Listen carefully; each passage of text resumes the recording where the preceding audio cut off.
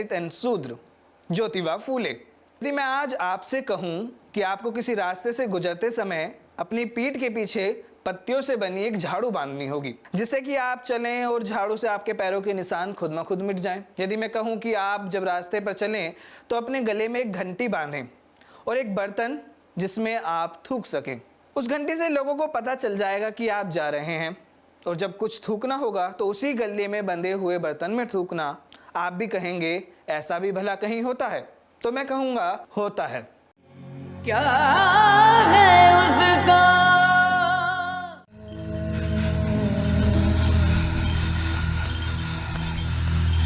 और भयो मानस के। ये कहानी आज से 175 साल पहले की है। जगह महाराष्ट्र है, शहर मुंबई है। उसे 150 किलोमीटर की दूरी पर जाएंगे तो पुणे शहर पड़ता है। ये कहानी वहीं के एक महात्मा की है जिसका नाम ज्योतिबा फूले है।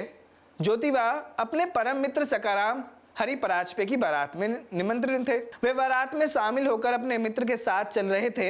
एक ब्राह्मण की बारात में ज्योतिबा का सम्मान पूर्वक शामिल होना कुछ कर्मठ ब्राह्मणों को अच्छा नहीं लगा। उन्होंने अपनी नाराजगी प्रकट की, ज्योतिबा को कुछ भला बुरा कहा और कहा कि एक शूद्र ने ब्राह्मणों की बारात में आने की हिम्मत कैसे की। मित्र के रिश्तेदारों ने मुझे देखा और चले जाने को कहकर मेरा अपमान किया था। उन्होंने मुझसे कहा था कि तुम शूद्र हो और शूद्रों को अधिकार नहीं कि ब्राह्मणों के कंधे से कंधा मिलाकर चले। उन्होंने मुझसे कहा कि तेरी वजह से तमाम बारात भ्रष्ट हो रही है। ऐसे पंडित पुरोहितों के शरीर से स्पर्श का दंड दिया जाएगा। माली का बेटा और कहां यहाँ पंडितों की वर यात्रा में अपने घर में फूल माला क्यों नहीं परोता? उनका धर्म भ्रष्ट करना यहाँ क्या आ गया? इस प्रकार सार्वजनिक रूप से अपमानित होने के प्रसंग असहनीय एवं स्वाभाविक था। इस घटना से उनकी और गैर ब्राह्मण जातियों में इतना भेद क्यों? ये सवाल ज्योतिबा के मन में उठा। समाज अज्ञान के घोर गर्त में फंसा हुआ। उन्हें कोई अधिकार नहीं, उनकी पुकार सुनने वाला कोई नहीं। दिन रात जानवरों की तरह काम करो, खेती करने वाले खून पसीना एक करें और फसल पर पूरा अधिकार किसी और का। भरपेट भोजन नहीं, पहनने को वस्त्र की कमी, रहने को साधारण घर भी नहीं। सड़कों के किनारे, खुले गगन के नीचे, वृक्षों के तले जीने मरने के लिए ही मानव धरती पर जन्म लिया हो। ब्राह्मणवादी व्यवस्था से ज्योतिबा का अंतःकरण मानो सिहर उठा। इसी प्रसंग से उन्हें प्रेरणा मिली और ब्राह्मणों की अपेक्षा दलित, पीड़ित, ब्राह्मणेतर जनता की शिक्षा प्राप्ति के अवसर यदि शासन नहीं कर सके तो वे स्वयं उसे करेंगे। ये साल 1828 था। महीना अप्रैल का, कैलेंडर पर तारीख 11 थी। गोविंद राम तथा चिमनी बाई के घर एक लड़के का जन्म होता है। पुणे में जन्मे ज्योतिबा का जीवन बचपन से ही कठिनाइयों में घिरा था। पिता गोविंद राम अनपढ़ थे। धार्मिक प्रवृत्ति के होने के कारण अपने आप में निम्न जाति होने के बाद भी उन्होंने अपने को कभी छोटा नहीं समझा। उनमें जातीय अभिमान था, कर्म और श्रम के प्रति गहरी निष्ठा थी। पुणे शहर के मराठी पंडित गण अपने घर में ही केवल ब्राह्मण महाजनों, धनिक, कर्म सामंत, जमींदार और उच्च वर्ग के बच्चों को संस्कृत, व्याकरण, तर्कशास्त्र, न्याय, दर्शन की शिक्षा दिलाते थे। दलित व निम्न जातियों के बच्चों को शिक्षा से वंचित रखा जाता था। ब्रिटिश राज्य में विदेशी ईसाई धर्म प्रचारकों ने पुणे में कई अंग्रेजी पाठशालाएं तो खोली। ज्योतिबा फूले को आयु 7 वर्ष होने के बाद पिता ने बालक ज्योतिबा को मराठी पढ़ने लिखने का सामान्य ज्ञान वे हिसाब किताब करने लायक पंतोजी के स्कूल में प्राथमिक शिक्षा दिलाई। उन्हें मिशनरी स्कूल में भर्ती कराया। उनका विवाह 14 वर्ष की आयु में 9 वर्ष आयु की सावित्री बाई से हो गया।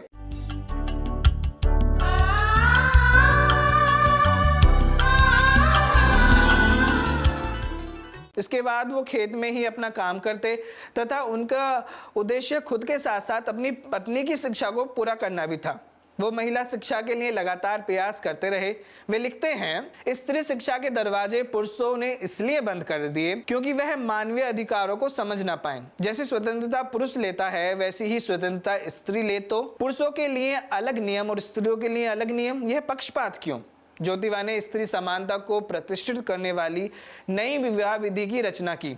पूरी विवाह विधि से उन्होंने ब्राह्मणों का स्थान ही हटा दिया। उन्होंने नए मंगलाष्टक, विवाह के अवसर पर पढ़े जाने वाले जो मंत्र होते हैं तैयार किए। वे चाहते थे कि विवाह विधि में पुरुष प्रधान संस्कृति के समर्थक और स्त्री की गुलामगिरी सिद्ध करने वाली जितने भी मंत्र हैं वे सारे निकाल दिए जाएं। उनके स्थान पर ऐसे मंत्र दिए जाएं जिन्हें वर वधू आसानी से समझ सके। ज्योतिबा ने जिन मंगलाष्टों की रचना की उनमें वधू वर से कहती है, स्वतंत्रता का अनुभव हम स्त्रियों को ही नहीं, इस बात की आज शपथ लो कि स्त्री को उसका अधिकार दोगे, उसे अपनी स्वतंत्रता का अनुभव करने दोगे। यह आकांक्षा सिर्फ वधू की ही नहीं बल्कि गुलामी से मुक्ति चाहने वाली हर स्त्री की थी। स्त्री के अधिकारों और स्वतंत्रता के लिए ज्योतिबा फूले ने हर संभव प्रयास किए। वो लिखते हैं, विद्या बिना मति गई, बिना मति नीति गई, नीति बिना गति गई, गति बिना वित्त गया, वित्त बिना शूद्र गए। इतने अनर्थ एक अविद्या ने किए। अविद्या यानी अशिक्षा ने, जो उन्हें नहीं मिली। इसलिए हमें खुद अपने को शिक्षित करना पड़ेगा। मेरी पत्नी सावित्री मेरी पहली शिष्या है। अब वो तुम्हें पढ़ाने में मेरी मदद करेंगे। हम इस तरह ज्ञान फैलाएंगे, क्योंकि ज्ञान ही वो दौलत है जिसे आपस में बांटना बहुत जरूरी है। यह हमारी पहली पाठशाला है जो छोटी जाति की लड़कियों के लिए खोली गई है। यहां लड़कों का हम स्वागत करेंगे, लेकिन हमारा विश्वास है कि लड़कियां ही आगे चलकर हमारी भावी पीढ़ी को आकार देगी। इस अविद्या से मुक्ति के लिए उन्होंने अपनी पत्नी सावित्रीबाई फूले के साथ वर्ष 1848 में पुणे में लड़कियों के लिए पहला स्वदेशी रूप से संचालित स्कूल खोला, जहां वे दोनों शिक्षण का कार्य करते थे। वह लैंगिक समानता विश्वास रखते थे और अपनी सभी सामाजिक सुधार गतिविधियों में अपनी पत्नी को शामिल करते। उन्होंने अपनी मान्यताओं का अनुकरण किया तथा सन 1852 तक फूले ने 3 स्कूलों की स्थापना कर दी। लेकिन 1857 के विद्रोह के बाद धन की कमी के कारण 1858 में ये स्कूल बंद हो गए। मुझे तो इस बात का बहुत बुरा लगा कि हमारी पाठशाला बंद हो गई। यहां रहकर उसे चला पाना भी बहुत मुश्किल था, लेकिन हम लोग जल्दी नई पाठशाला खोलेंगे। ये तो बहुत अच्छी बात है। ज्योतिबा ने विधवाओं की दयनीय स्थिति को समझा, युवा विधवाओं के लिए आश्रम की स्थापना की और अंततः विधवा पुनर्विवाह के विचार के पैरोकार बन गए। यह होता था कि उस समय युवा विधवा महिलाओं को जहां सर मुंडाने के लिए कहा जाता, वहीं उनके साथ अत्याचार भी होते। साल 1868 में ज्योतिराव ने अपने घर के बाहर एक सामूहिक स्नानगार का निर्माण कराने का फैसला किया, जिसका उद्देश्य था कि सभी एक जगह एक स्नानगार से स्नान करें, जल भरें, जिसने उनकी सभी मनुष्यों के प्रति अपनत्व की भावना को प्रदर्शित होती है। इसके साथ ही उन्होंने सभी जातियों के सदस्यों के साथ भोजन करने की शुरुआत की, जिसे सर्वभोज या सामुदायिक भोज के रूप में समझा जा सकता है। ज्योतिबा ने 24 सितंबर 1873 को अपने अनुयायियों के साथ सत्यशोधक समाज की स्थापना की। वे स्वयं इसके अध्यक्ष थे और सावित्रीबाई फूले, जो उनकी पत्नी थी, महिला विभाग की प्रमुख बनी। समाज को आगे ले जाने का काम शूद्रों और अतिशूद्रों को ही करना पड़ेगा, और इसी लक्ष्य से सत्यशोधक समाज की स्थापना की जा रही है। मित्रों, मेरी आपसे विनती है कि आप माने ईश्वर एक है और सारे मनुष्य उसके बच्चे हैं। मेरी आपसे प्रार्थना है कि आप अपने और ईश्वर के बीच में किसी को बिचवाई न माने। हमें पंडों पुरोहितों की गरज नहीं है।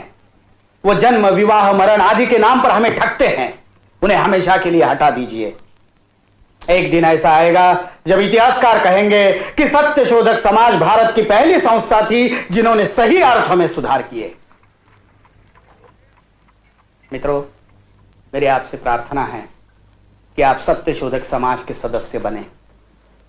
आप मुझे कार्यकर्ता दीजिए जो गांव देहातों में जाकर वर्ण व्यवस्था के प्रति संघर्ष करें।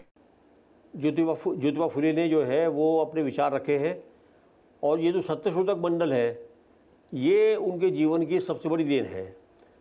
सत्यशोधक समाज, सत्यशोधक मंडल, तो इस संस्था का मुख्य उद्देश्य शूद्रों, अतिशूद्रों और उच्च जातियों के शोषण से मुक्त कराना था। इसी साल उनकी प्रसिद्ध पुस्तक गुलामगिरी भी प्रकाशित हुई। ज्योतिबा मजदूरों के लिए साल 1848 में दीनबंधु समाज की स्थापना करते हैं। इस दीनबंधु समाज सभा जो थी, मजदूरों के लिए आवाज उठाती थी, लगातार उनके अधिकारों की बात करती थी। साल 1828 में जब ज्योतिबा फूले को महात्मा की उपाधि से सम्मानित किया गया, तब वो कहते हैं, मुझे महात्मा कहकर मेरे संघर्ष को पूर्ण विराम मत दीजिए।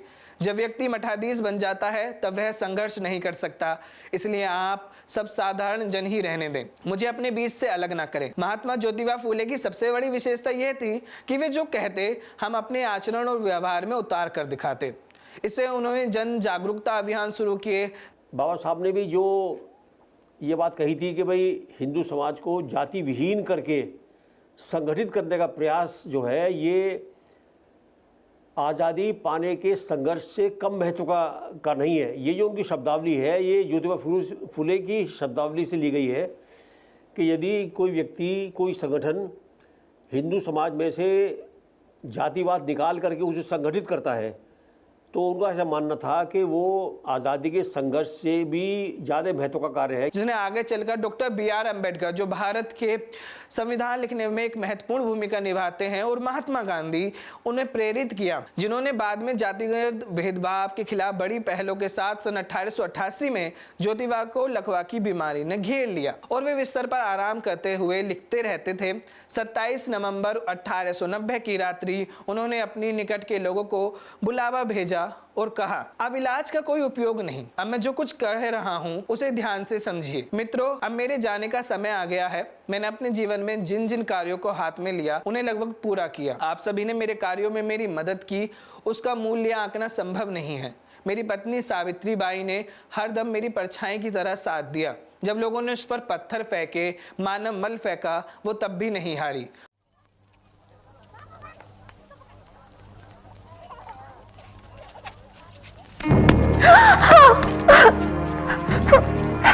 धर्म भ्रष्ट करने वालों का ऐसा ही होता है। तू हिम्मत रखो सावित्री, ये तो शुरुआत है। उनका समाज हम पर कीचड़ी उछाल सकता है और कर ही क्या सकता है। वो लगातार मेरे साथ काम करती रही, लेकिन जो पैदा होता है उसे मरना भी स्वाभाविक है। पहले हमारे पूर्वज गए, आज मैं जा रहा हूँ, कल आप भी जाएंगे, यह निश्चित है।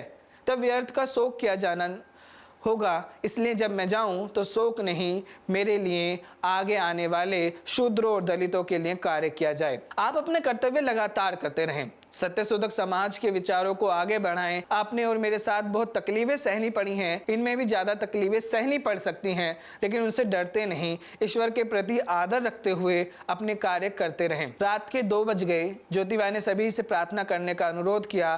प्रार्थना शुरू होती है। थोड़ी देर में ज्योतिबा की यह लीला समाप्त हो जाती है। क्रांति के अग्रदूत सदा सदा के लिए ओझल हो गए। ये कहानी हमें प्रेरणा देती है कि संघर्ष कितना भी हो, मनुष्य यदि मेहनत करे, संघर्ष करे, तो वो हमेशा आगे निकल सकता है। नमस्कार।